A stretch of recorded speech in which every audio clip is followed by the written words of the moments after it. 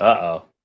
Yes, boy! French toast is the exchange student that you have like a 3-week affair with. Hey, we can see that you don't have pants on. Somebody hit somebody with a pie. Do something. Giovanni yelling we're out of time as we go off the air. Giovanni yelling a lot of things tonight. And welcome to the Mark It Down podcast. Hello, everybody, and welcome to another edition of the Mark It Down podcast. My name is Nick Cummings, back here once again to, I would normally say, review another episode of AEW Dynamite, but honestly, I feel like I am reviewing maybe the greatest 2-hour television episode of wrestling I've ever seen in my entire life. And I do not mean to undersell it.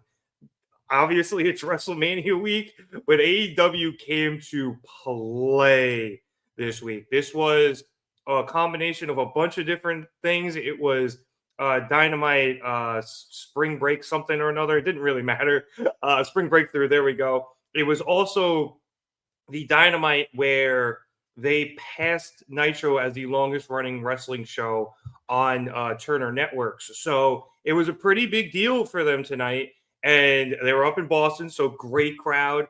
Fun angle, too, where it was a smaller arena. So they had the hard cam above the entrance ramp, which led to some really cool shots. And it just, outside of Tuukka Rask being there, because I hate the Bruins, this was unbelievable to the point where I don't even know where to start with this show. This was just banger match after banger match after banger match.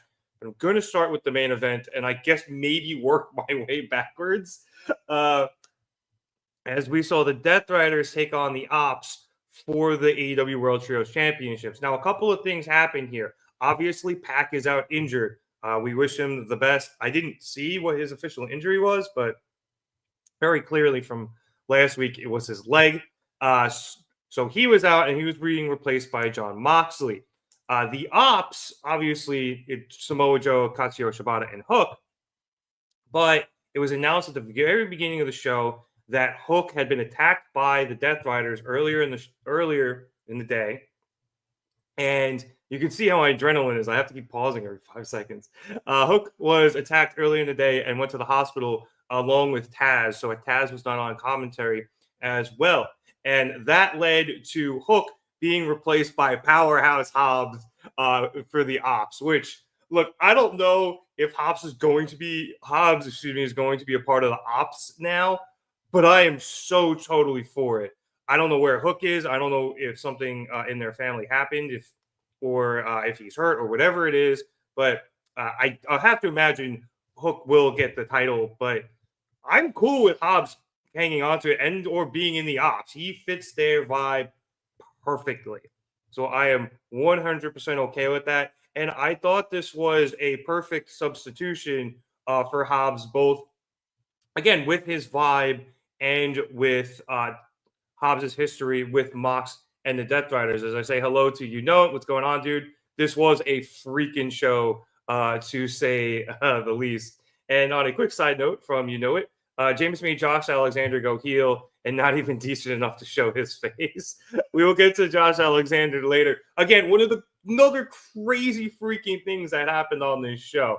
But as I was saying, we were in the main event, and I will jump towards the end as Moxley had gone out and grabbed a chair as the referee was distracted, but Willow Nightingale came down and she got involved and took away the chair from Moxley because he was by the raised ramp. It was one of those situations where the ramp is raised to the level of the ring apron, which also made for some cool spots, including that.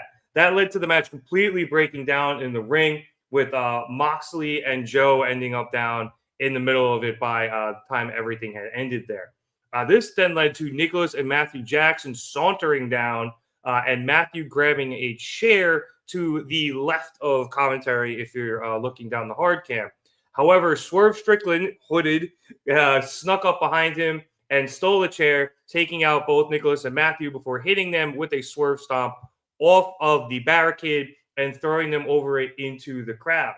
Back in the ring, Moxley charged Joe in the corner, but Joe hit him with an STO. And then Claudio came in and ran a bit of interference. But Shibata was able to grab him, get him out onto the ramp, and catch him in a sleeper hold, and follow that up with the PK to basically put him out of commission. Back in the ring, Joe tried to go for the muscle buster on Moxley, but Yuta broke that up. So Hobbs came in, got him to the outside, and spiked him into the announce table. That was followed up with Marina Shafir hitting Hobbs with a chair, which he sold pretty well. He didn't completely sell it, but he didn't no-sell it either. I thought it was a pretty legit sell. But she got immediately taken out by Willow. And then back in the ring again, Moxley went for a paradigm shift, I assume, or Death Rider. Either way, Joe was able to slip it and get behind Mox and lock in the Coquina clutch, quickly getting him to the floor and forcing Moxley to pass out, giving us new trios champions. And then after the match, a bunch of the people from the locker rooms came out into the ring. Will Ospreay was out there. Swerve, obviously, was still out there, and he was joined by Prince Nana. Kevin Knight came out. The Dark Order was out there. AR Fox, for some reason, I think I saw him. And, of course, Willow. And everyone was down there for a champagne celebration as we went off the air. And we got that really cool shot of the flames as Joe Steen was going and the three men having their hands and titles raised with the fire coming up and everything. It was really cool. That is our thumbnail if you haven't seen it. But yeah, this was perfectly overbooked chaos, as I like to call it.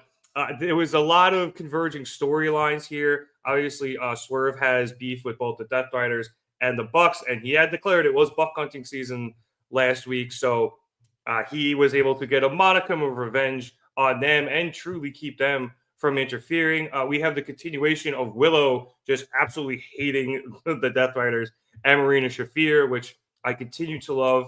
I mentioned Hobbs already and him being a part of it. Again, great substitution by Tony Khan and just a well-fought match. Honestly, in the beginning of it, I was like, before the commercial, I was like, okay, like this is cool. Shibata's taking the heat. We'll see where this goes. And it took a minute to, I don't want to say really get going. It was a good match, but the last 8 to 10 minutes of this were just absolute flames, no pun intended, and really, really brought home what ended up being, again, what I think is Dynamite of the Year and arguably one of the best ever I've seen. I know maybe a little bit of an instant reaction type of thing, version of the moment, but people really started to argue this was maybe the best Dynamite ever.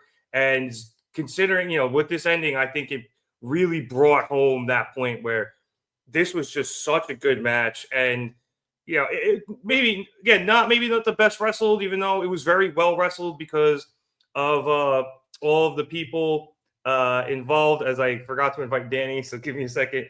All the people involved, it was very well wrestled, but it wasn't necessarily the wrestling itself. It was, kind of one of those things where like, wrestling is about moments. And this had a great moment of, just the Opps, finally somebody overcoming the Death Riders and breaking their grip on the trios division, and just unbelievably good. So congrats to the Opps. Hopefully Hook is okay. I haven't seen any news on him, but it was just great. It's saying he thinks everybody out there because of the show number. I think that's part of it. I also, like I was saying, I think there was also a bit of a relief that the Death Riders finally lost. They finally just, they've been removed from the top of the trios division. It's been so long. I think the cooler part is too that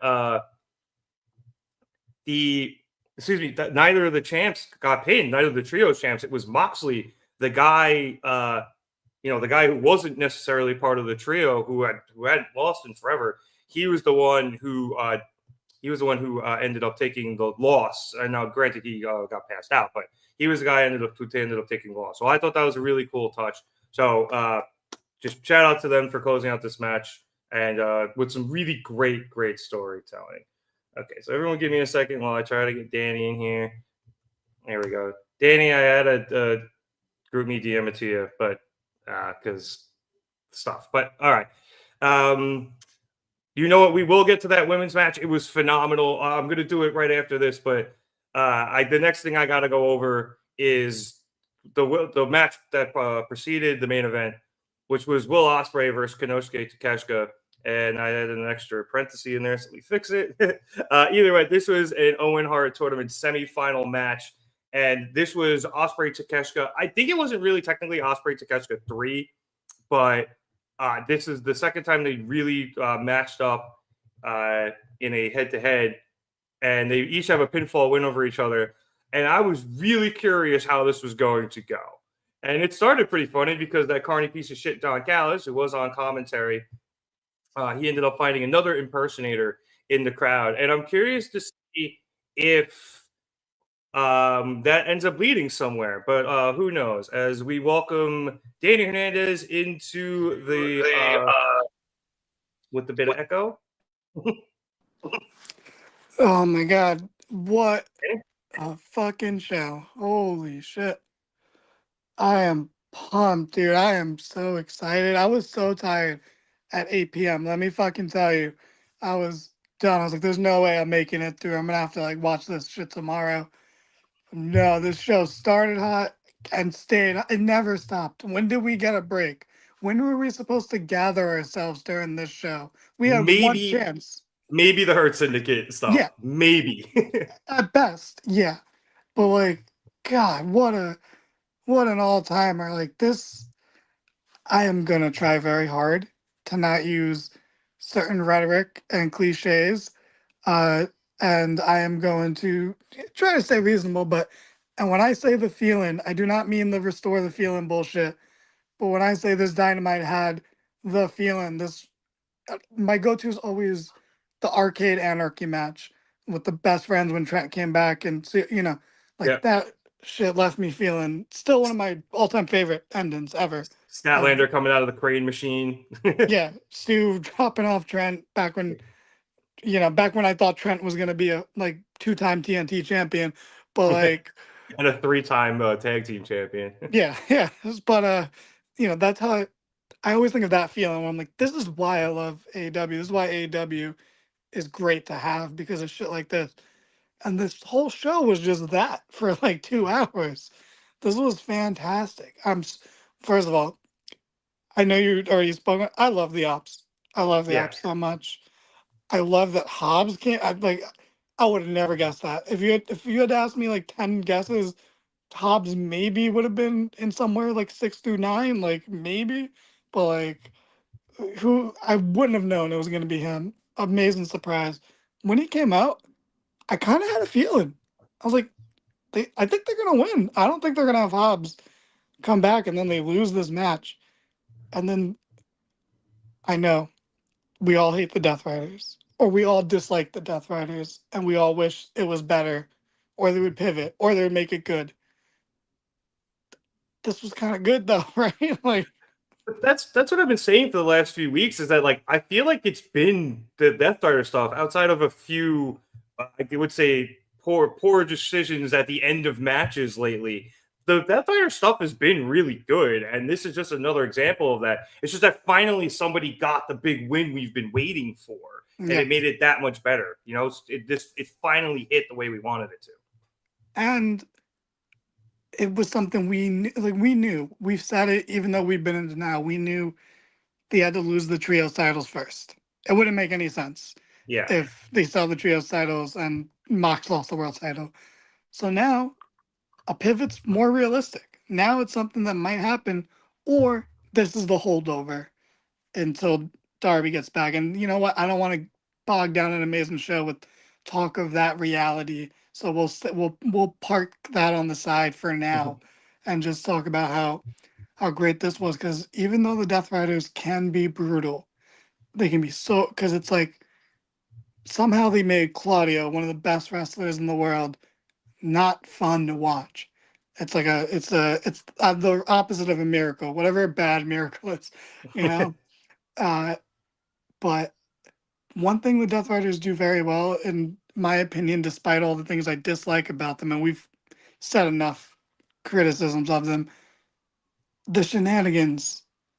even though we're always upset at the outcome, the shenanigans are always usually good. The run-ins are usually good. Like, I know we get sick of it as wrestling fans, but I'm like, one thing that was, if you watch the Attitude Era, when did matches ever end without freaking run-ins and shit? Like that's just the wrestling we grew up on, and the people who are wrestling now grew up on. So yeah, they want to do it more, and it's when it works, it works. How many times has Willow ran out to like run interference? Like 5, but it pops every time. It's great every time. Yep. And this time she flipped off Moxley, so everything was great. I everything just felt good in the air tonight. Even when the Bucks came out, I didn't have that like sinking feeling. I had a feeling of this isn't over. Like someone else is coming. Of course, it was going to be Swerve. I didn't know if he was going to take out both of them or if, what it was going to be, but he took them out. And I guess because it's that time of year, we can make the quick WrestleMania comparison. It's like last year at WrestleMania with all the run-ins that made that match even better and made the ending so memorable. This had that too. You had Swerve getting his revenge on the Bucks, but also being there for the beginning of the demise of the Death Riders. I think is very important. The only thing that could have made this more interesting is if somehow they found a way to have Hangman involved. And like, I wonder how he feels. Like I'm. Well, he got murdered earlier in the night, so Yeah. There's always someone's always getting murdered. That's the beauty of watching Dynamite. That's the bad part of working there is that you're susceptible to murder. But I guess we'll get there in a little bit. yep. God, I just the pure elation from this ending because it was already probably Dynamite of the year so far without the ending. But to not have that sour note to like take down a perfect episode and to just make it that much better, it just feels so good. Like what a show. Yeah, I don't know what else to say that's not just nonstop praise, but like, what a show. Yeah, no, like I said at the top of this, it's WrestleMania week, but AEW was really just like, okay, we're gonna take it. We're gonna we attempt got to the steal memo. it. Yeah. And they still have tomorrow too. They're doing a live collision tomorrow again in Boston. So they could go back-to-back days of just absolutely stealing all of WWE's thunder heading into the weekend. They really could because the match I'm looking forward to the most this week was Statlander versus Hater, and that didn't even happen yet. Yeah, I think it's tomorrow. Because between that and some of the bad publicity WWE's getting, and a lot, people upset about the build and stuff. It's like, look, this is a good week for AEW right now, at least so far. Yeah, I'm sure WrestleMania would be great, but like this, if there was ever a time to have an all-time Dynamite, this is the week. Yeah, and especially again between that, it was Spring Breakthrough and the fact that they passed Nitro in episodes. This was the time to do it. It all lined up perfectly, and boy, did they deliver. In the comments, David is a little upset with you, Danny, that you had insulted Claudio because he's the bar. I wish I know. Claudio was the demon we know he is, but the Death Riders have somehow neutered him. Yeah, well, I'd say he still put on the great work in the ring. It's just the story for a long time with the Death Riders kind of just soured everyone on everybody in that group, no matter how much you love them. And I love all of those guys, but now again, it's ramping up again. And despite the finishes and the Copeland matches, I think it's really starting to find its form.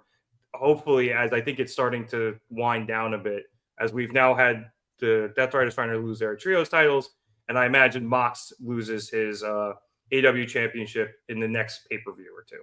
So let me ask, if before I got here, did you talk about how specifically it was Mox that took the loss here in this match? I did mention that because I thought that was very important, considering that the actual trio champions have now never taken a loss together.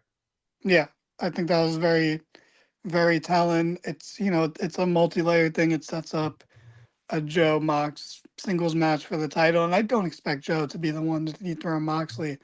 But who I love watching and buying into? Samoa Joe. Because you know what? Last time he was in a title match that no one thought he was going to win, he won the fucking title. So I'm sure he's gonna have the best like near falls in that eventual match. And if it's like Joe's the guy Mox beats before he finally loses, that's cool. Like Joe's one of those guys who I think Joe is better in the role Copeland was trying to fill in this past pay-per-view cycle.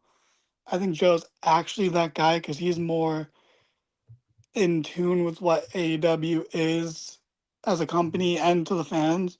So like I think Joe's a better representation of that veteran trying to be the one and being the one who falls right before one of the quote unquote younger guys, because it could be a guy who's not technically that young, stepping up to dethrone Moxley. I think Joe being that outlaw veteran to like be the last try, I think that's a really good spot. So I'm not gonna be upset if we get that at like what's next, Double or Nothing, right? Yeah, Double or Nothing's coming up in Arizona. Yeah, so that's cool. Also, and again, I'm sorry, we'll get back on like a chronological path, but this venue was awesome. This venue looks so cool. It's I want to great, go to a right? concert there. I'm trying to remember if I've been there. David, if you're still watching, it was one of the music venues across the street from Fenway. And yeah, the way they had it set up with the camera angles and everything, it was really cool. And it was loud. And I guess part of that was because it was a music venue and the acoustics in there are good. But they packed that place out, including Kristaps Porzingis. So he's a basketball player, Danny. Oh, Yeah, no, honestly, yeah, the crowd was great. The venue was great. I mean, fuck Boston, but you know they were great tonight, and you couldn't honestly ask for a better place to have this type of episode of Dynamite. You really couldn't. yeah, they were good. They were a good crowd. They got into a lot of shit, a lot of holy shit chants, a lot of f bombs. It's like Which, I said, it's Boston.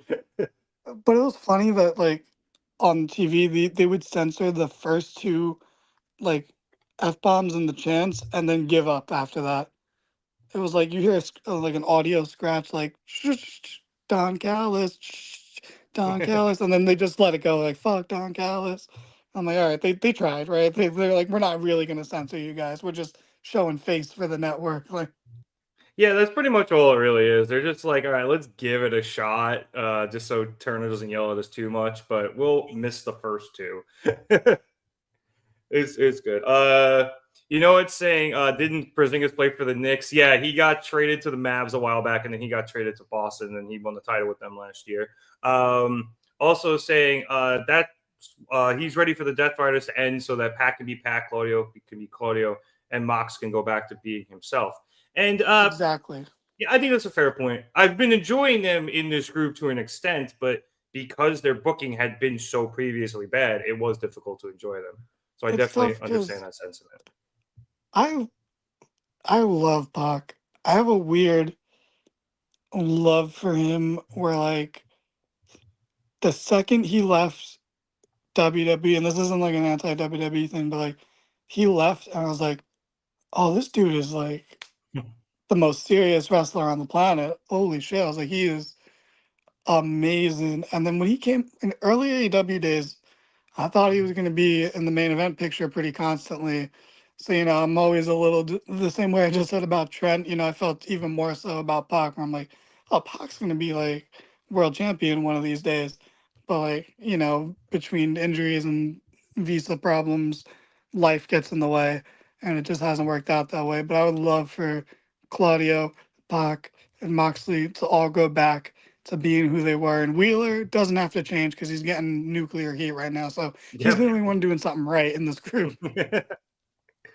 Fuck Wheeler, you're the chance will never end. I looked it up. It is MGM Music Hall Fenway. So, like I said, right across the street from the stadium.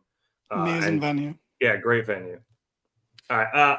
I think we could talk about this for a while, but there was so much other stuff on the show that I do want to start to get to it. Yeah. I had, before you joined us, Danny, I had gone into the match before the main event, which saw Will Ospreay face off against Konosuke Takeshita in an Owen Hart tournament semifinal match. I mentioned that Don found another impersonator in the crowd. I'm curious now if they're just plants and they're going to pay something off with this. I'd really like to see. But this match was crazy. I'll just cover some of the spots. We had Ospreay counter a avalanche raging fire with a stun dog millionaire, and then Takeshita rolled out of the ring, and Ospreay followed that up with an Oz cutter on the ramp. Takeshita then barely beat the 10 count back into the ring, and he was met with a missile dropkick and a sky twister, and then Takeshita kicked out of that. Ospreay tried for another Oz cutter. Takeshita tried to counter. Will got a tiaras and then hit an Oz cutter, and again Takeshita kicked. And then it led to that crazy sequence, led to some more crazy shit where Ospreay and Takeshita both kicked out on one after Ospreay went for an Oz cutter, and Takeshita just laid in a massive forearm. And then Ospreay hit a hidden blade, and Takeshita, like I said, hit out at one. And then they used each other's moves. Ospreay used the crunch and the wheelbarrow suplex, and then Takeshita followed that up with a hidden blade. And they were both down, and eventually they beat the standing 10 count, and Takeshita landed a right hand, and headed up top. Ospreay followed him up there, and then after some hand fighting and a massive headbutt from Will, Takeshita nailed Ospreay with a lariat off the top, but Ospreay landed on his feet, turned around, and hit a hidden blade on a surprise Takeshita that he was able to kick out of. Ospreay went for the hidden blade again. Takeshita countered with the knee strike. Takeshita went for Raging Fire. Ospreay countered that into a Styles Clash. Takeshita kicked out. Takeshita then hit the knee strike again and went and hit the ropes, but Ospreay flipped through his lariat and then got Takeshita up for and hit the Stormbreaker, finally keeping Takeshita down for the 3 count. And then after the match, really quick, the ref had to check Ospreay's eye. Hopefully his eye. But this, Danny, I was a little trepidatious heading into it because I was like, okay, this is essentially their 3rd match. It's not on pay-per-view. I don't know what we're going to get, how much time they're going to get. It was about, I think, 9:30-ish when they started. I think this ended at 9:57. This was in fucking insane. 5 stars off the bat, like no notes. I could not believe some of the shit they were pulling out on a fucking Dynamite. This was crazy, absolutely delivered. And it was here, I was like, this is a pay-per-view caliber episode of television. We haven't even hit the main event yet. And then the main event, like we said, brought it home. But holy shit, what a match. Just holy shit, what a match. I have nothing else to say.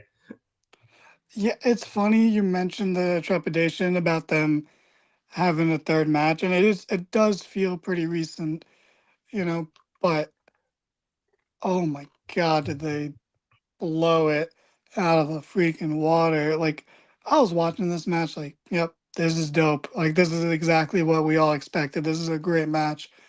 And then it hit that, like, main event of a pay-per-view 3rd gear. Like, and it's just like, I thought it was over multiple times. Like, genuine. And that is one thing that is one of AEW's strengths is near falls, and it'll be a criticism if you have bad taste, but God, they do near falls so well because and sometimes I'm like, I do get to that point where I'm like, how does that not end the fucking match? But I mean that complimentary. It's like, holy shit, I cannot believe that did not end the match. And so I felt watching this. I was like, how? How is it not over? How is this still fucking going on? Again, complimentary, because that's awesome. That's one of the best things about wrestling is when they can just get you to that point where you're in borderline disbelief because how is this still going on? It's such a good feeling. And this is a match that I knew was going to be really good. I literally was like almost entitled about this. Like, yeah, this match is going to be really good, but who cares? Because we've already seen them have great matches before, and this is just another one of those. And then it turned into, I can't believe the show has more after this. How is the show going to continue after this? I literally was like, the Death Riders are going to die a miserable death and kill this show. I thought they had no chance. I was like, how did this not main events? That's why. That's why. Like, okay, everything makes sense in the end. But yeah, I love this. I love the way Takeshita wrestles. He's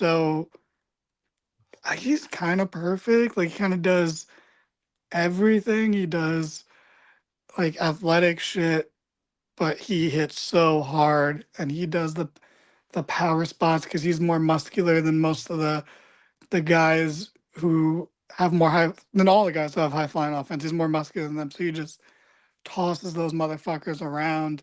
He always has smart counters to things, like even a little thing like him knocking down Ospreay, Ospreay kipping up, and him just grabbing him by the hair and slamming him back down. Like, no, stay down. Like he does those spots so well. He does that fuck your fancy shit. I'm just gonna hit you. But then he'll 10 minutes later in the match also do some fancy shit. When he powered him up for that German, like that, oh God, so good. And this show had plenty of great German suplexes on him, but that was obviously the best one. I could just let's just say, because I don't know the running order of the show now, because I feel like we're going reverse chronological. But This is second to last. the Hangman Ospreay inevitable finals. I'm assuming, doing a lot of assuming here. Oh God, like I don't even know what to expect with that match. I expect a buckshot lariat countered into a hidden blade into a beach break, or no, a dead eye. I mean, oh God, I don't know, but fantastic match, unbelievable, and a show that already had match of the night. They had another match of the night. We're spoiled here. They We're so opened spoiled. with a match of the night and then had another one and then had, the Hurt Business match, which was awesome. And then had a match of the year with Maria's calling in the chat. And I want to say hi to Maria, the greatest match in Dynamite history, which I think might be able to make an argument for it. And then the main event. So, yeah, this is insane. Unbelievable. Loved it. Takeshita, as you were saying, I was trying to think of who he reminded me of, and he very obviously has a lot of El Generico in him because he's a DDT guy. So you can see, he uses the Blue Thunder Bomb. He occasionally uses the Haluva kick. So he's got that, but it's almost like he hits like Samoa Joe, and he's built like Claudio. Like he is just this weird, perfect combination of strength, power, and like speed and agility. It's insane. It's why I fell in love with him the first time I saw him on Dynamite, but he's gotten even better since then. And his heel persona has added so much to his character. I think it's added to his ring work as well, because he can do things like you said, pull Ospreay's hair down and slam him back into the mat after he does the kip up. So just this is one of those I have the vapors matches afterwards. It was unbelievable. I'm literally at a loss for words, and I'm very curious to see what the star rating on this, because it's a minimum of 5. Dude, this is if I was there in the crowd, I think I would have to leave my seat and go take a walk and clear my head after that shit. I'm there's no way you can expect me to just sit here and have another match happen. No, I need a fucking break. Are you kidding me? Which is why, honestly, now looking at it in retrospect, it was smart that the main event kind of crescendoed very well. The audience was kind of able to catch their breath as Shibata, kind of took all the heat in the beginning, and then all the craziness followed in the last 10 minutes, and the crowd was, they had the energy to close out really strong there. So thinking about it, it was very, very good ring psychology from the men in the main event, and the women too. Yeah. Maria gave this a double 5 stars. And it's saying how crazy it would be if both of Don's boys had won. It would have been interesting. I don't know if I think they only would have done that if they were maybe breaking up the family, but it's too early to do that. They're low on numbers anyway, although we'll talk about the possibility of them adding people in a bit. But yeah, no, I think this is the way to go. Kyle versus Hangman is going to absolutely slap. Yeah. Who's Will got? Will faces. That's it. Will's in the finals. Oh yeah, no, Will's now in the finals. So yeah, so the winner of Fletcher Hangman goes to the finals. That's going to be so good. It really is. All right, let's head back up to the top of the show, because this is somehow the third best match of the evening. And we started everything with Mercedes Moné versus Athena in another Owen Hart tournament semifinal match. And we thought that the women's tournament was always going to be good. But hey, the men's tournament's coming to play, and then especially today. But this was everything we wanted it to be. I'll jump to the ends here. After Athena hit that, it's like a face first code breaker. I don't know what she calls it anymore. Mercedes was able to use her momentum to roll to the outside. Athena followed and charged at Mercedes, but Mercedes countered and sent Athena crashing into the barricade. I mean, crashing. The two women then fought to the top of the LED barricade, where they exchanged some paintbrushes before Mercedes escaped a Falcon Arrow attempt to the floor, landing on her feet. Athena jumped at her, but Mercedes ducked it. So Athena rolled through, turned around, and caught an off-guard Mercedes with a massive missile dropkick into the LED screen that completely broke it. Athena then rolled Mercedes into the ring, climbed the rope, and attempted the O-face. However, Mercedes was able to catch her and roll Athena up. And it looked like, they didn't call it on commentary, but it looked to me like she grabbed the trunks to keep Athena down for the 3 count and the win. After the match, we had Timeless Tony Storm up in the second deck, giving Mercedes a round of applause. But Danny, as we've said, and as the comments I've been saying, and I'll put a couple of them up as you saw, this match was great. Amazing way to open the show. The crowd was really into it outside the small bit where Porzingis showed up and everybody saw him because he's like 6'10". But it absolutely delivered for the hype it was getting. I thought there was a great sequence where the women were continuously reversing the tombstone positions until Mercedes finally got the upper hand and hit the lung blower. I thought Athena had a great move where she basically like put herself through the ropes and hit a power slam on Mercedes on the apron. So there was just so much great back and forth between these two women in a matchup I don't think I was expecting a lot from, just because I kind of figure they're going to have another one, and I thought they'd keep some stuff in the tank. Instead, they went out, opened the show with another, a borderline 5-star match, and we were off to the races tonight. Oh my God, were we ever? Like you just said, I kind of thought, I knew this was going to be really good, but I thought it'd be a little shorter. I think for sure we're getting a rematch at All In. I think we get one in between. I think maybe they go 1-1 and then have the rubber match at All In. But this match over delivered when people already had the highest of expectations for it. This felt like a big deal.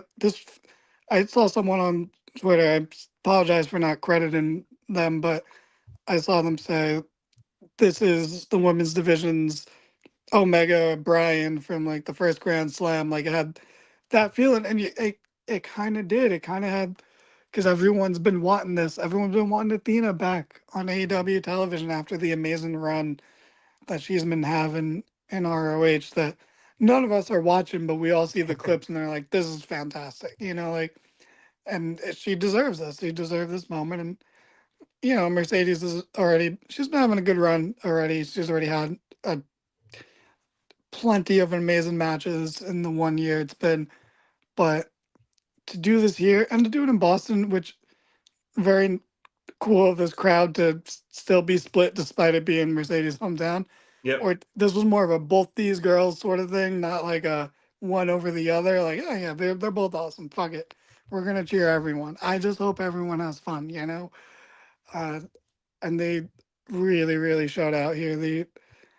They made this one special to the point where, like, if this is their first match, what the fuck are they gonna do? Let's say we run this back at all in. Like, what are they gonna possibly do to top this? And I believe they can. I just can't imagine what they're gonna do. Like, I'm sure they will. I have plenty of faith they will. But this is exciting. Mercedes versus Statlander or Jamie.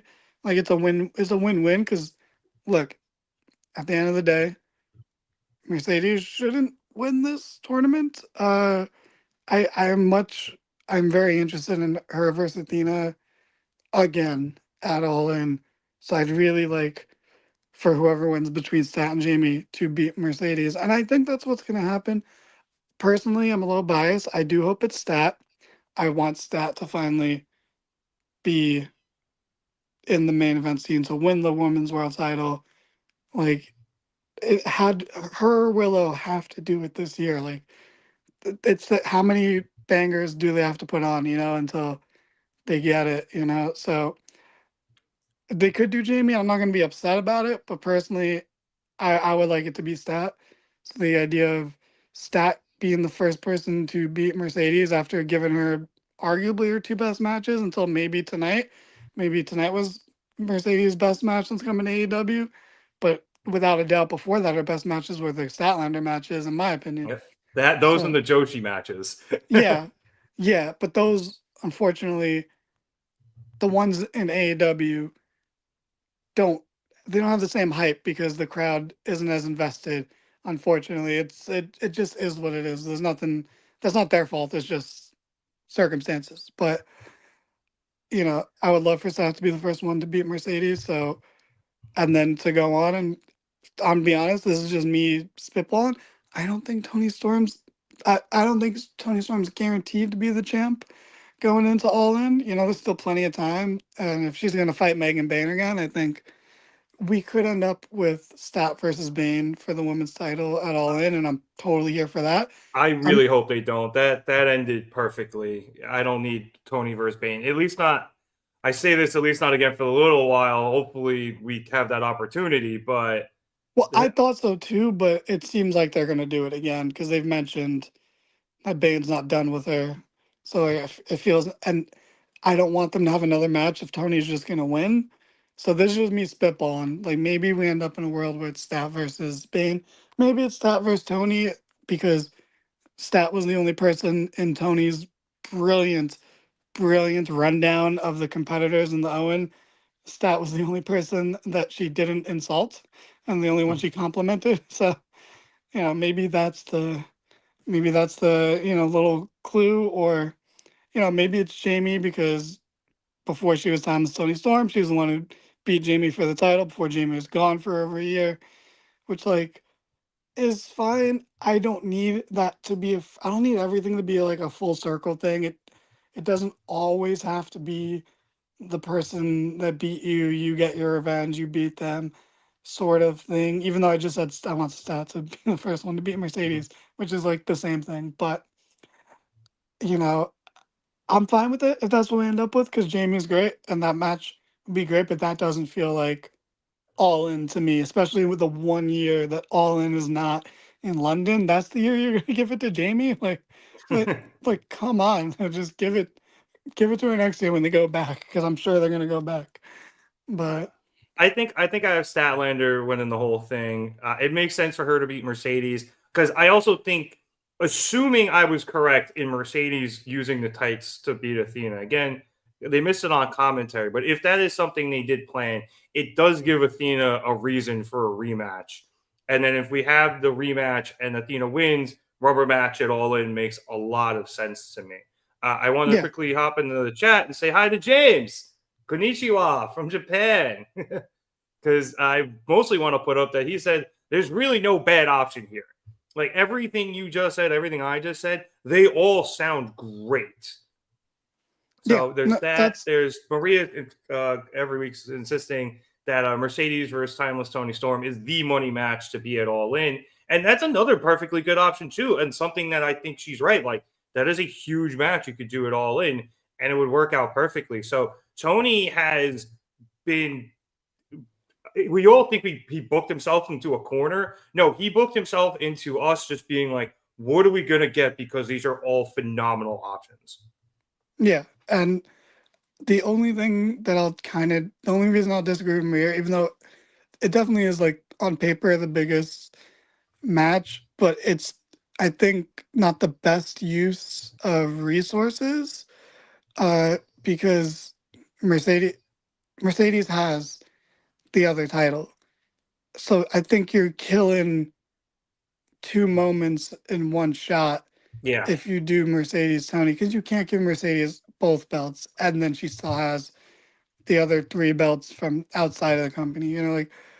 That's overkill, and that's where like that's where the reasonable people who like Mercedes will start to be like, dude, that's a bit much. Like, don't waste Mercedes first lost to Tony, and don't waste beating Tony on Mercedes. Like split it up, because that's two huge moments. Is Mercedes losing the title after a year, and let's say someone like Statlander winning the title for the first time, or someone like Jamie getting revenge. The only issue with the Jamie thing is like Tony's too over, where it's like the story's a little like you don't want to turn Jamie heel, but like you can't turn Tony heel. So like like what do you do in that situation? But I would say just Maria saying why was it not overkill when Kenny Omega had all the belts? I think they have the same amount of belts now, right? Well, Kenny held, yeah, they did. Yeah, Kenny held 3 championships and 4 belts because the TNA won. Yeah. He was rocking both the Impact Championship and the TNA Championship, but they were the same title. Mercedes similarly has 3 championships, 4 belts because the Rev Pro one is currently split into 2 belts. But I think what Danny's trying to point out is, and in both situations, but especially more for the women's division, it would be a lot if Mercedes had both titles in the AEW women's division, because you're killing an entire section of the card if people, if Mercedes is the only pathway for people to get both the TBS and the Women's World Championship. So I can see what you're saying. It's like it's better to keep those separate, because then you have 2 different spots of the card where different sets of women can go for different titles. I think that would be the difference, Maria. It's not the number of titles; it's the specific fact that they're the titles in the same company, and the only they two only women's have titles. 2 titles in the women's division. Probably not best to put it on the same person, but also my main thing with that is that again, I think it's better to split the history. Like you have it's a big deal to be the person to beat Tony Storm for the title, and it's going to be a huge deal to be the person to beat Mercedes for the TBS title.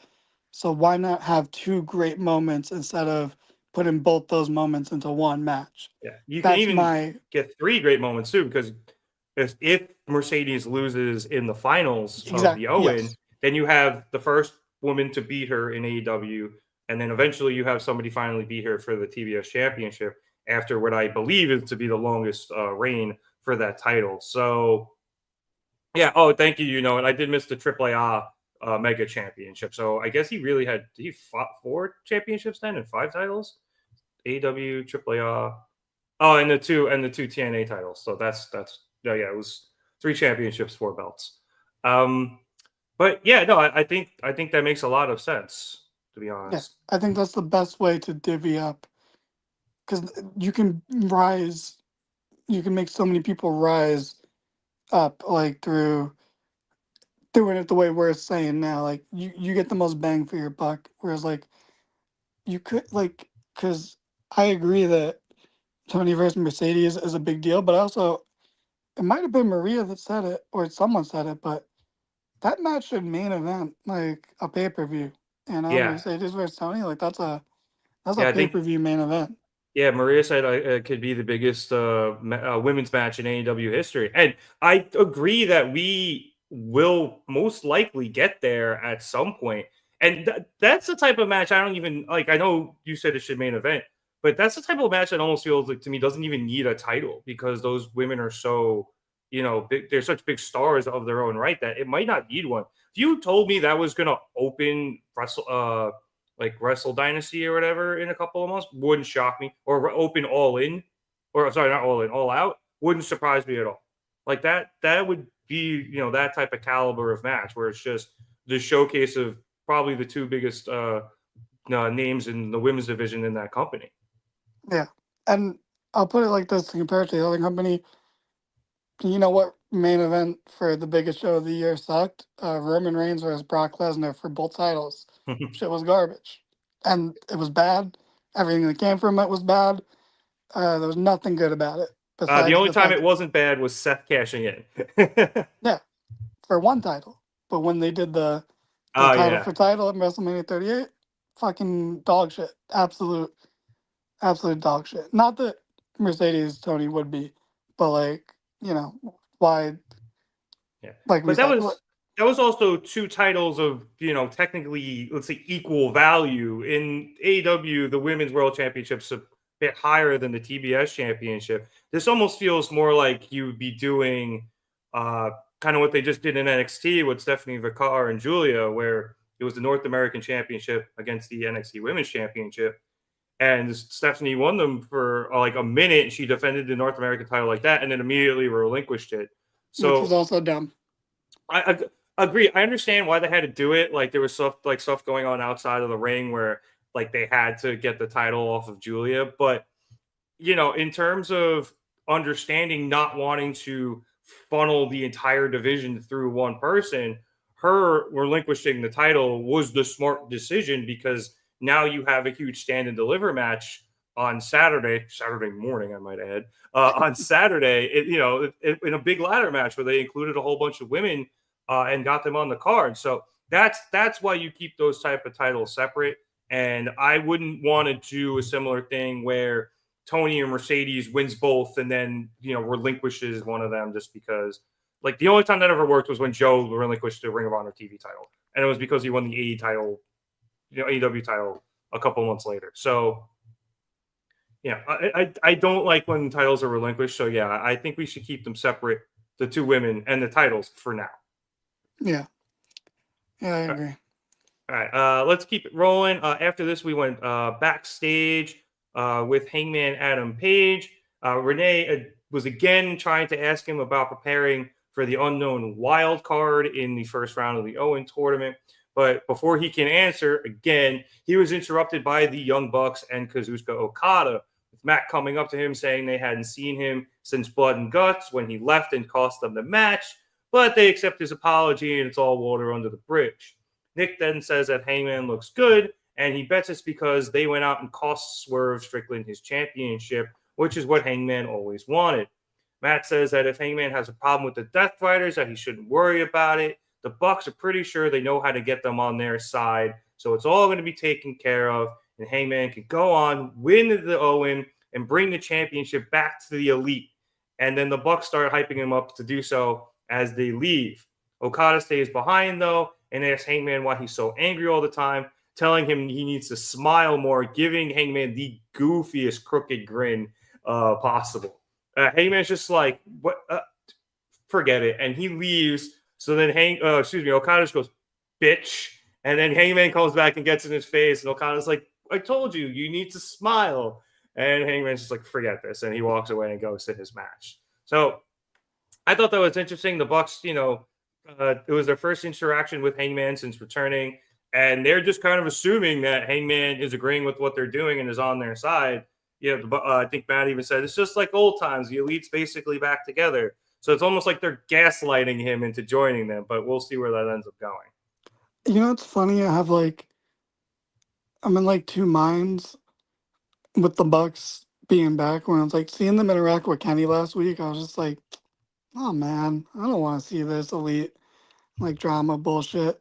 But then seeing him interact with Hangman, I was like, nah, this is the good part. This is the good half of it. Like, keep Kenny out of the shit actually until he's gonna like help Hangman or something. But like, I want to see this Elite drama bullshit. I want to see this Elite drama bullshit. Exactly.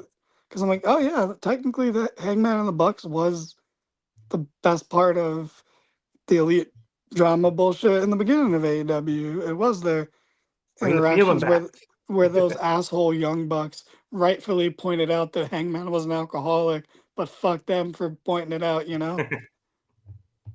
Yeah. Well, everyone's wrong here, I think, is the answer to that saga. But I'm really looking forward to see what they do with it, especially because it seems to me that we are setting up for Hangman and Swerve versus the Bucks at All In. But it's a little speculative, but it looks like we're going that way.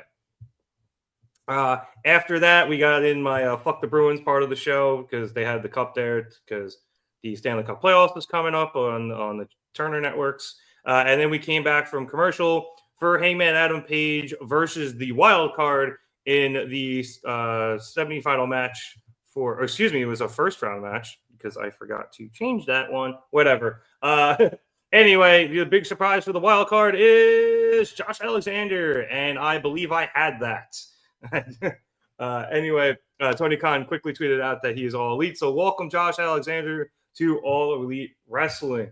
I will jump towards the end of this match, where after crossfighting Hangman off the apron, like through the ropes too, to the outside, which is really cool.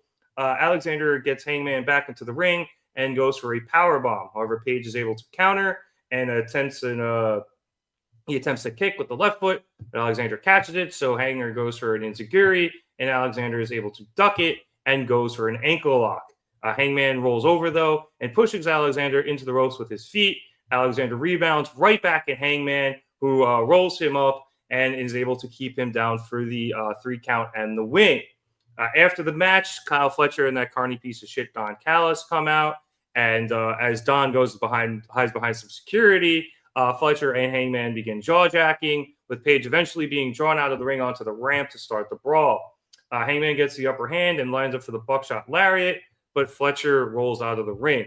Meanwhile, on the outside, Callis sees Alexander, and he goes over to Josh and whispers something in his ear. So Alexander jumps into the ring after Hangman misses the buckshot and attacks him from behind, hitting him with an elbow and then I believe a power bomb before getting out of the ring and slowly walking up the ramp.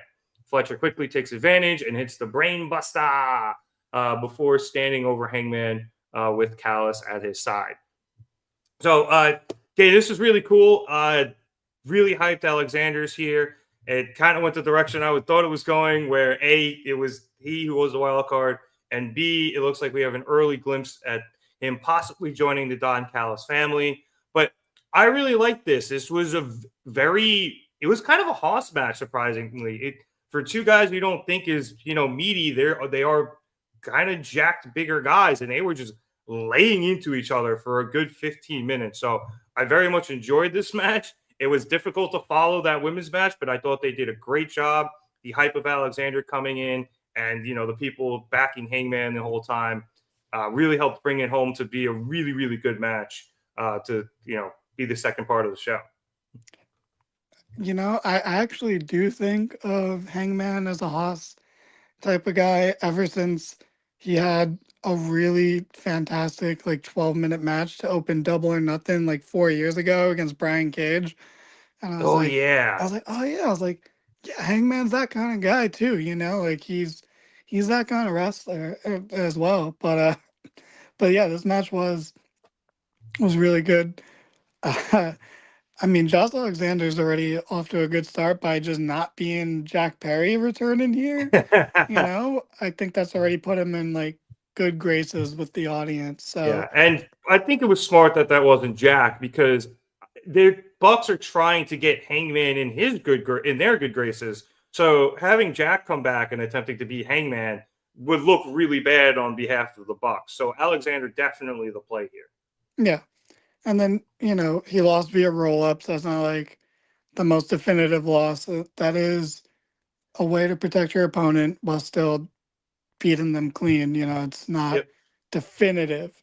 So that's fine that he lost his first match, because then he had a good showing. And then he has a direction, because he had that moment with Callis, and, to come in, get the initial holy shit, this person's here pop, and then immediately turn heel, fuck it. That's something. That's something to build off of. That works. That's a direction.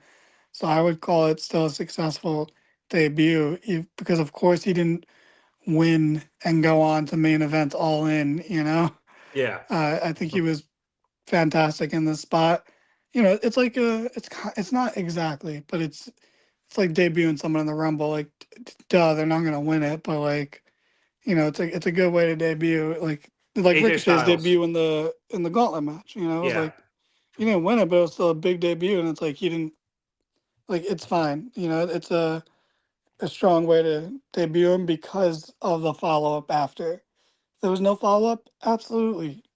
There's one of the main criticisms you can always lob at AEW is they don't follow up well in these sorts of situations, but in this case, they did.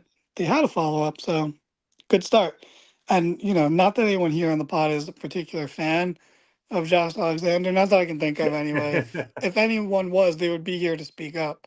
But good for him, good start, and at least now we have something to hook us into to see where it goes.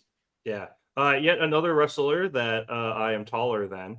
But I want to jump into the comments. It is blaming James for sending Alexander into the arms of Don, which is why he thinks he went and hid in Japan. And Maria thinks that Max Caster is going to be a new family member for the Don Callis family. God, please, that's amazing, Maria. So That's a great idea. I think the story is Max trying to prove himself and continuously failing. Now, maybe he can join, maybe not, but I think for a little while, like that's going to be a thing where like he's constantly begging Don to join, and he's like, all right, well then go win a match, and he has another open challenge and he gets squashed. That's what I thought he was going to do with the Hurt Syndicate, but yeah, I think I know Max Caster's not the most popular person because he's kind of an asshole, which, he's from Long Island, so we shouldn't be that surprised. Great but, chant, though. He's so fucking funny, bro. He's in the perfect spot. Everything he's doing is perfect. So, and one thing I want to say is how have, the Don Callis family, turned it around. I feel like a year ago we were so sick of the Don Callis.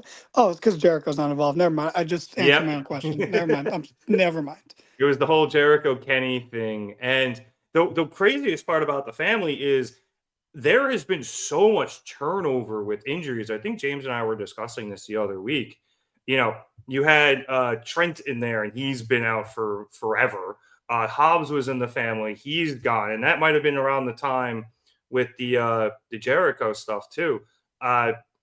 Then you just had Archer and Cage in, and I think Cage just got hurt. So pretty much the only consistent guy has been Takeshita, and then Fletcher after he's turned. So I think it's going to be really interesting to see how Alexander fits into this equation.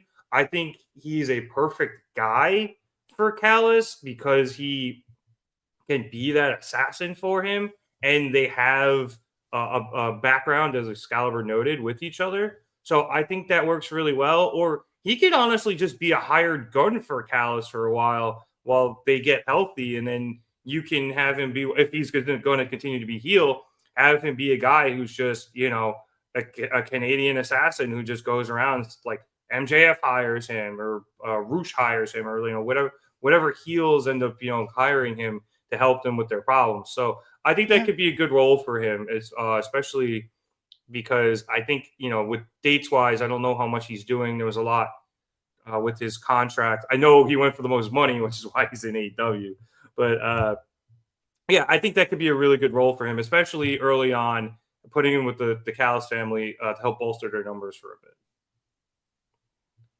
All right. After this, we went backstage for a promo with the Patriarchy, and Nick Wayne is there with Kip Sabian and his mother, saying that the Patriarchy is a hierarchy, good rhyming there, with the father at the top, but when the father isn't there, somebody needs to step up.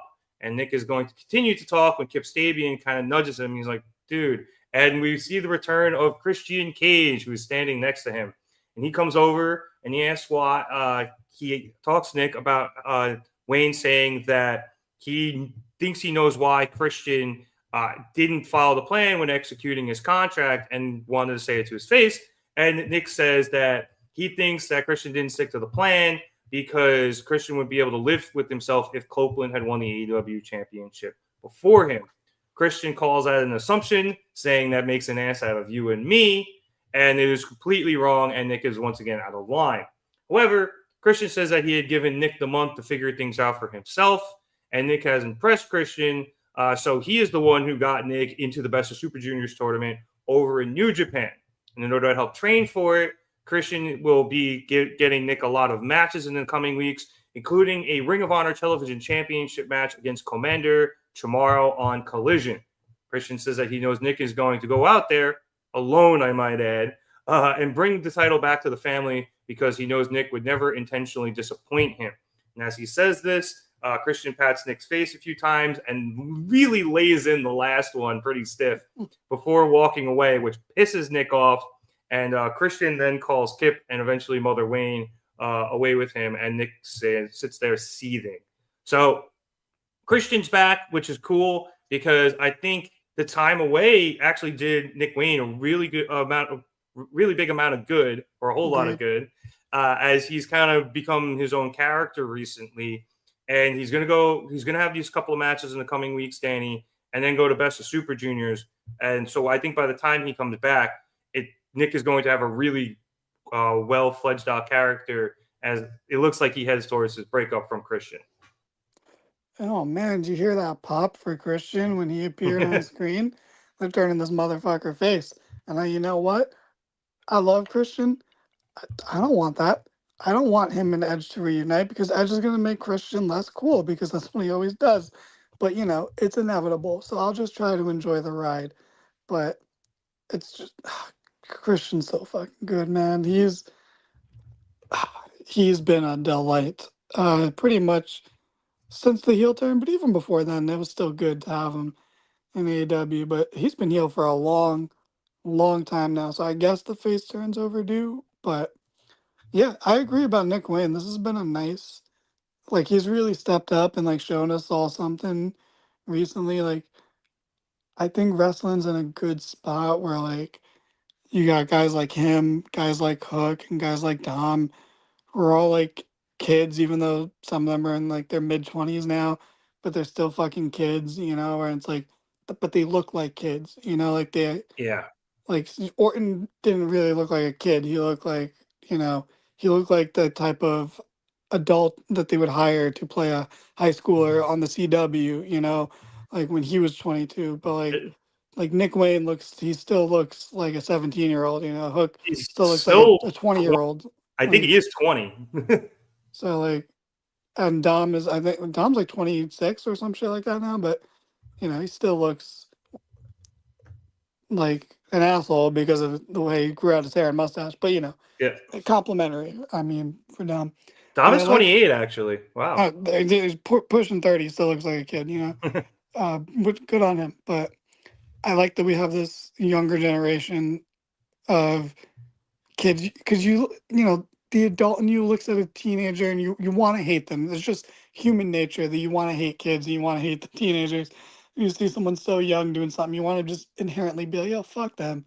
But they found a good way to turn that around and work in their advantage. Where for Dom and Nick Wayne, it's yeah, fuck yeah, absolutely, fuck me, yeah, bring it, give me that, and I'll run with it. Whereas Hook found a way to just become cool without doing anything. It's kind of CM Punk's fault, but it's also just the way AEW had good will with the fans that were yeah, fuck it, let's turn this meme into a gimmick, and then he becomes a serious competitor that still has a really good win-loss record in AEW. But I think all the young guys are in good spots, where it's part of who they are and part of their presentation, and it works. Whereas I feel that's a hard thing to do, because it's so easy to hate someone just for being young. We do that shit all the time, and not willingly. It just becomes human nature as you get older. But We're old men yelling at clouds. yeah, no, for real. But good on Nick Wayne. We'll see how this turns out. I'm not. It's so weird because if Edge and Christian reunite, who are they even gonna face? Because I feel the Bucks are gonna face Hangman and Swerve, like you said, and FTR is gonna face the Hurt Syndicate, and they're gonna be sided with MJF or some shit. So what are they reunited? Are they really gonna reunite to fight Nick Wayne and Kip Sabian? I don't think that's gonna be it. I think we're all rushing towards this Copeland Christian reunion. I don't know if it'll happen by All In. I really don't. There's a way you could do it, but I'm not sure. And also, too, Nick seems like he's going to turn face against Christian. I mean, so you either have to... No way. You think Nick's going to turn heel and make Christian babyface? Yeah, because that's what's already happening. Look how the crowd reacted to Christian. They're not gonna cheer. Nick Wayne's doing a great job. That all goes up in smoke if he's the baby face. He's better off he's better off being a heel, turning heel on his heel father. That's his only way forward. He cannot turn face out of this. He can be a really good face in a year or two, but there's no way that him and Christian splitting off ends with him being the babyface because no one will cheer him over Christian. And that's not a bad thing. That's just they should not go that direction because then that's sabotaging him.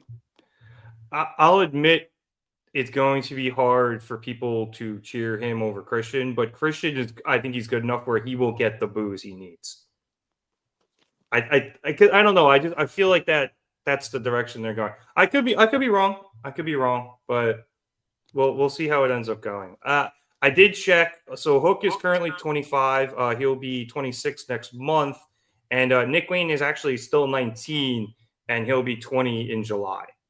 So oh yeah, there's no way we're cheering a fucking teenager, bro. There's no way he's got to stay here. Yeah, much like it, stupid little stuff pisses us all off.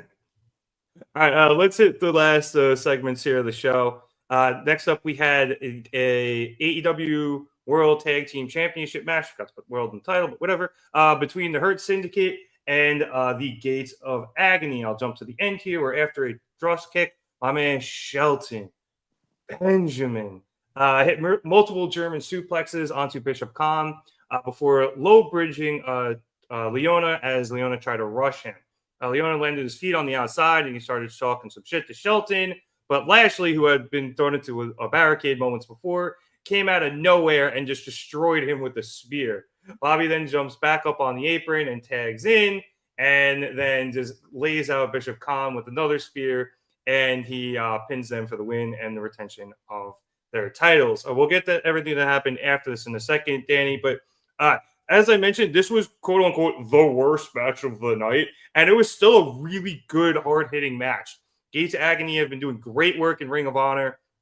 It's nice to see them up here on AEW or back up here on AEW television because they're a really good tag team. And this is the type of match you put the Hurt Syndicate in, where you just got two big old dudes who can, go with Shelton and Bobby, and they proved they could go with them. But obviously, eventually, Shelton and Bobby ended up coming back and ended up winning, and they hurt people. And I think everyone was very happy with this match, but it was really overshadowed by what happened after.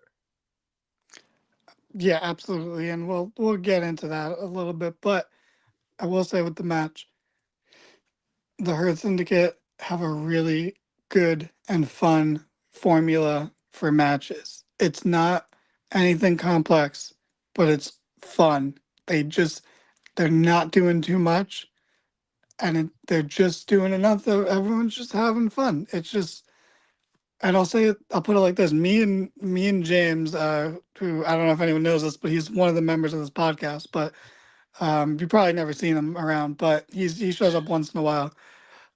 He and I drove to Dynasty in Philadelphia, and this was like the Hurt It might have been Syndicate mentioned. match.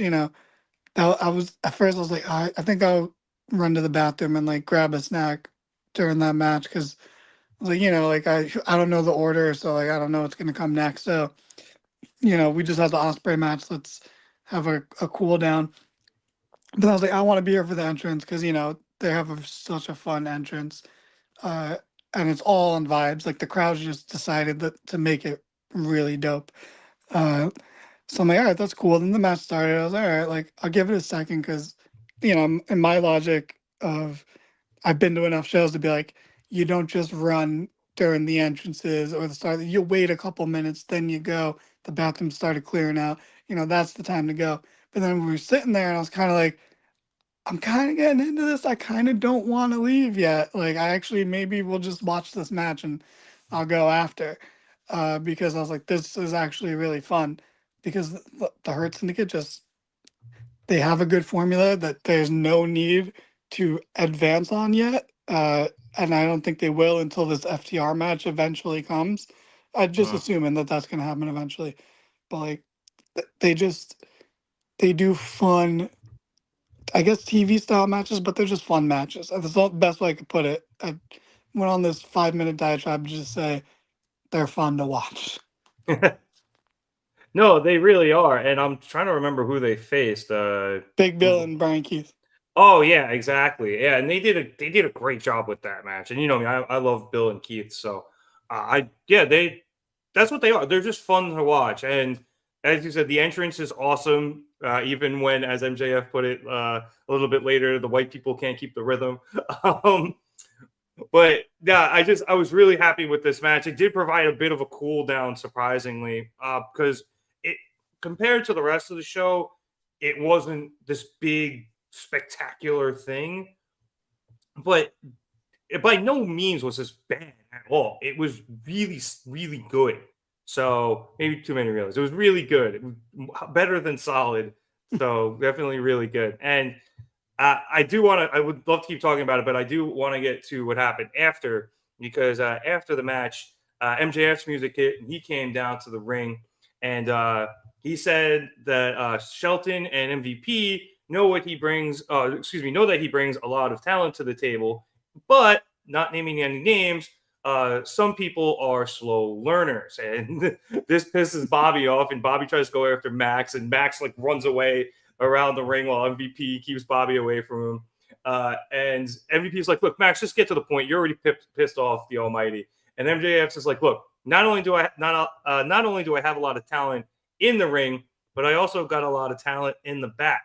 And MJF has a bunch of lovely looking women come out to the ring, and he says that the women are for the Hurt Syndicate to go out with later. All he wants in return is 3 thumbs up. MVP again gives his vote of approval, but Shelton isn't so sure, saying he needs more time, asking for the watch off of MJF's wrist. MJF agrees to give Shelton the watch if he gets the thumbs up, and then Shelton kind of teeters yes, and Bobby shoots him a look, and he gives him the thumbs down. Still, MJF is like, "I think I'm going on you, Shelton, so you know what? I'm going to give you the watch anyway, and you guys can still go out with all of these women. But as for you, Bobby, you should know that I'm known for getting what I want because my name is Maxwell Jacob Freeman and da-da-da-da-da-da-da-da." And then we went to commercial, and we went backstage afterwards with the Hurt Syndicate leaving with all of these women. And despite Alicia trying to get a word in about MJF, MVP asks for a minute from both her and the ladies, and Bobby repeats that he doesn't trust MJF. MVP says that Bobby is having a personal reaction to Max because he's, well, annoying, whereas Bobby should see the business part of it. MVP says they can use MJF to get what they want, and if Max gets out of line, they'll hurt him. But that can wait for now, so they table the conversation as MVP says they should get back to celebrating, and he calls the ladies back over, and they all head out. So this is really interesting, Danny. Obviously, we're just continuing the story here, but we're seeing the cracks at Shelton, and we're kind of seeing that MJF really has a good idea of how to get Shelton to like him. It's Bobby that he's going to have trouble convincing. But it looks like MVP might have convinced Bobby just because I think there is a plan now for the Hurt Syndicate to use MJF to get something. Obviously, they didn't say what that is, but whether it's, maybe bringing in a 4th person and they need help doing that, or, help them to get a, AEW World Championship match. If they help Max win, then Bobby can immediately go for the title. Whatever it may be, there is a plan by MVP and the rest of the Syndicate if MJF does join. Yeah, it's I've been into this story. I think it's fun.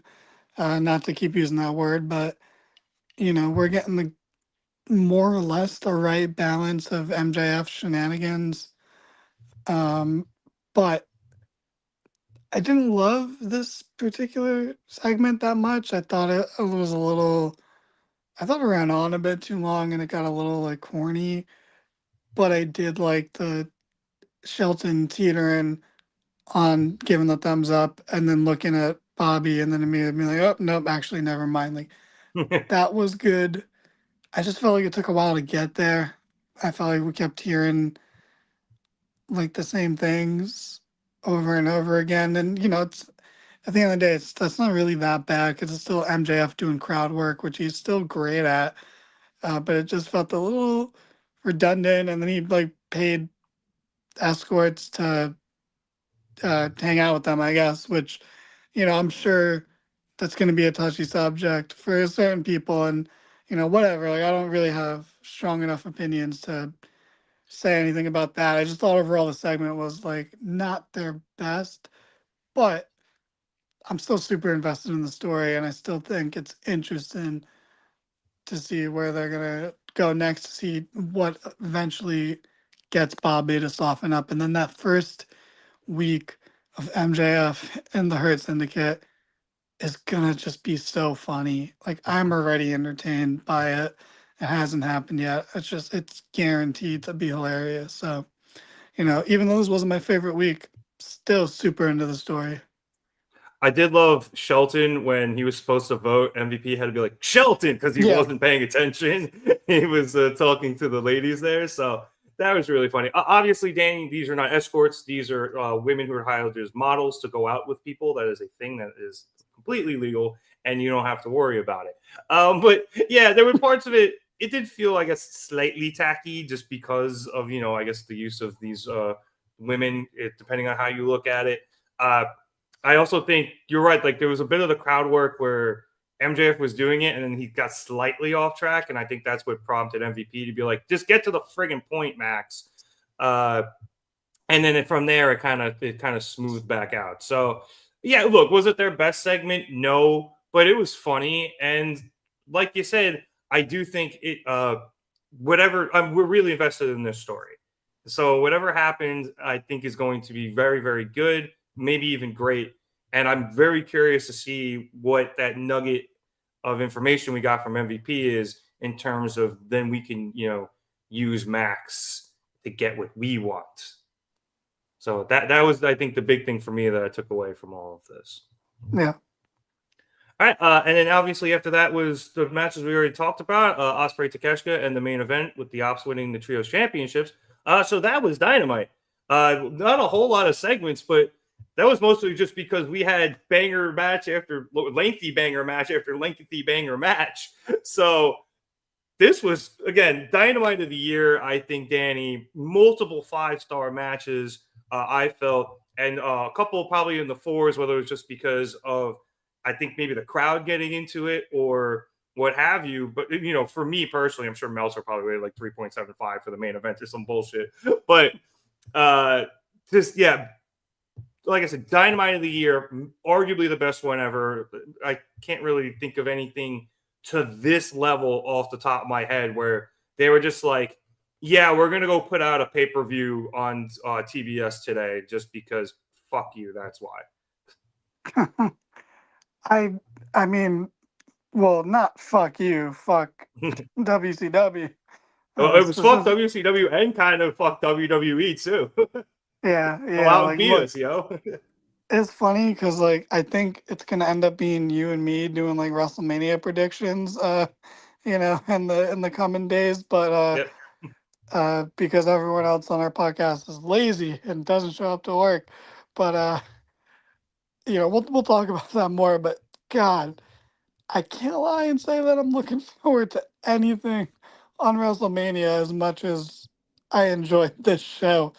I can't they really got to pull out the stops, but we'll see because I do like both companies, but this Dynamite just absolutely blew them out of the water, I assume, and obviously blew WCW out of the water. I love this show so much. What a great episode. Unbelievable show, start to finish. They didn't have to go this all out to make it a good show, but they did. And this is why they're great, because every once in a while they'll just be like, fuck you, take this amazing match. And then you think you're done? No, here, take this other amazing match. And, fuck you, just somehow survive this, somehow have energy after this. And the crowd did. So everyone showed up tonight. The wrestlers, the crowd, even production. I didn't mention this, but when Ospreay did his what's the move where he does 3 fucking spins in the air off the top rope? The Sky Twister. Yeah.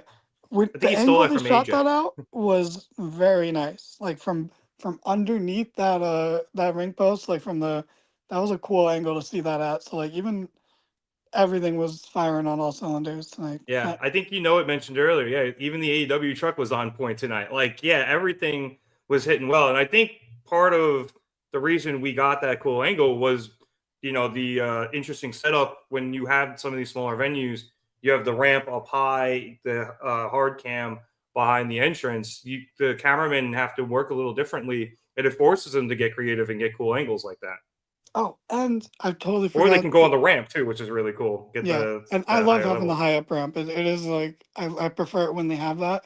But even tonight, and again, sorry, this is the end of the show, and I'm going back to earlier, but during Hangman Josh Alexander, Hangman literally jumped off the ramp to like clothesline Alexander, who was on the floor, but he jumped from where the crowd was, so he's technically jumping over the crowd, which makes it look so much cooler and like it's so much more dangerous of a spot when literally it's not at all. It's the same exact thing. It's just because of the way the crowd is set up, you just make it gets to look even cooler. Something so simple somehow now looks like it was more dangerous and a little crazier because he did the safe thing of jumping over people he was already higher up than. There's like little things like that. It's just, God, Dynamo's, I cannot believe we have to watch another AEW show tomorrow after like they're not even giving us a chance to breathe. Yeah, the slightest chance to breathe, but yeah, not too much.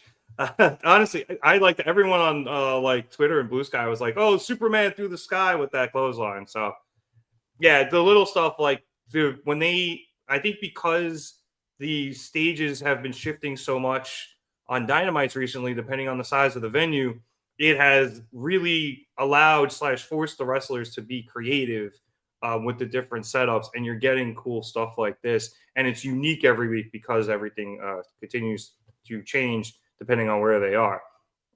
In the questions asking, is WCW's former owner still trying to give Tony Khan advice? Owner, I do believe Ted Turner is dead.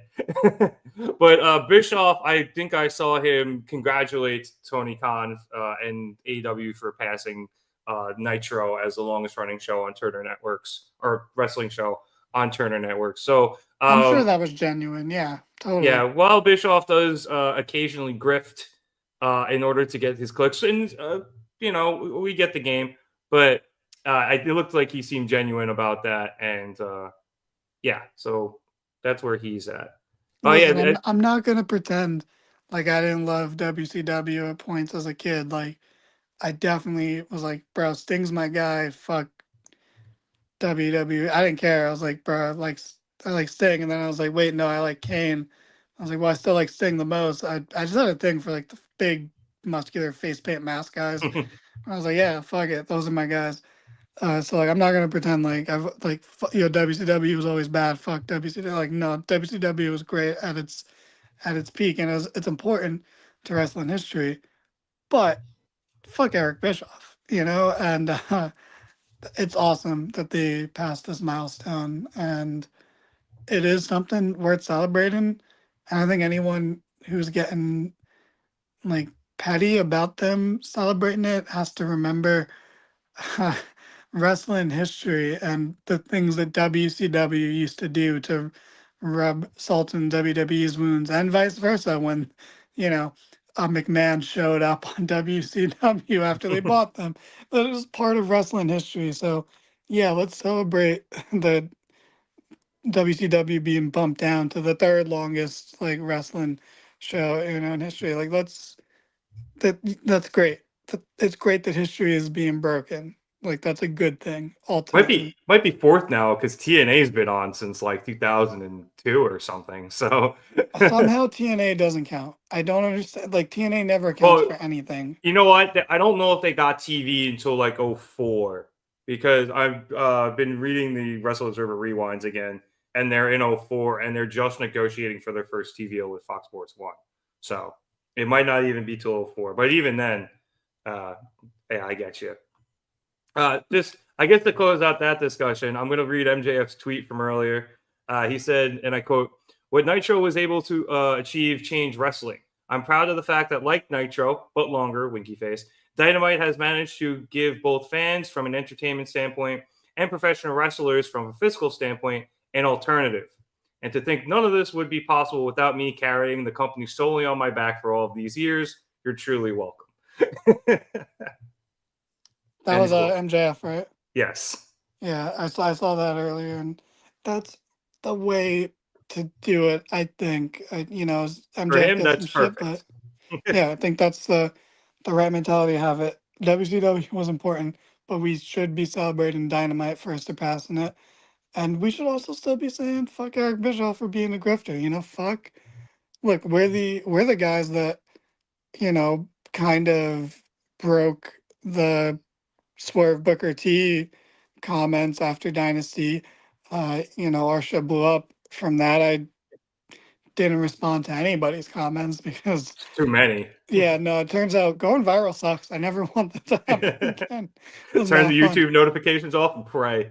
Yeah, that was rough. But, yeah, do call out grifters, but, it's still like, if I'm like, not that I'm weighing in on it because it's not my place to weigh in on it, but if I was to be on the fuck Booker T side, that would only be him as a talking head personality, not his work when he was a wrestler. I think Booker T was great when he was a wrestler. I think he's a terrible commentator though, and I think he's a terrible podcaster.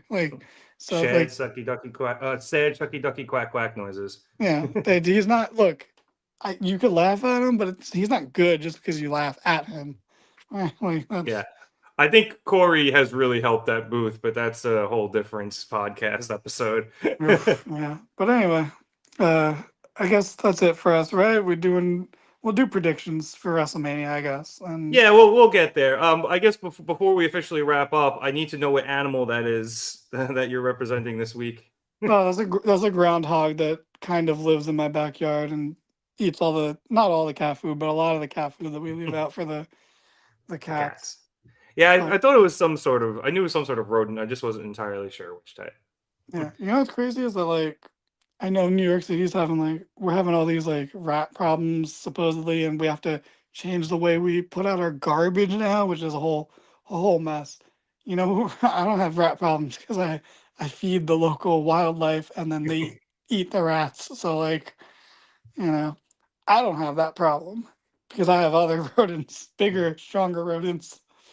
New York City just needs to hire the bad guy from Skyfall, and that'll take care of the rat problem. All right. On that note, I'd like to thank everybody so much for watching us here at the Market Down podcast. Excuse me. We'd appreciate it if you liked and subscribed. If you like this video, it lets us know that you're enjoying what we did tonight, and we'll continue to do it here on the pod. And if you subscribe, you can continue to get all the good stuff here on the content, all the good content and stuff here on the channel. Honestly, I've been smiling so much my mouth hurts and my cheeks hurt, and it's making me screw up talking.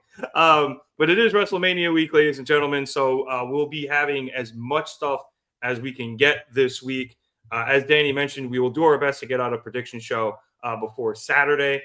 We might even be back tomorrow for Collision, where it's very rare we can actually cover it. And considering James is not here, we might end up co-opting the Gym Pack Zone and do Collision. So be sure to subscribe for that. We will be live after WrestleMania nights 1 and 2. I hope. I know I'll be here for night 2. I don't think I'll be here for night 1, but I'm sure the rest of the guys will cover it. So you want to be subscribed for that. And obviously, we are back here on Wednesdays for Dynamite, although we might be taking next week off. I will let you guys know. If you want to check us out on any of our social media platforms, Twitter, Facebook, Instagram, TikTok, or Blue Sky. You're here on YouTube. Links are all in the description below. If you're watching us over on Facebook or on Twitter and you want to check us out on other places, Twitter is at marketdown_pod. Instagram is at marketdownpod. YouTube.com/marketdown3665. Blue Sky is marketdownpod.bsky.social. And as I always say, if you just search Marketdown Podcast on any of those sites, you'll be able to find us, no problem. Danny, anything real quick before we get out of here? Yeah. Don't drink and drive, kids. And be nice to animals. For Danny Hernandez, my name is Nick Cummings. Thank you so much for watching us here at the Market Down Podcast. Have a good one, everyone.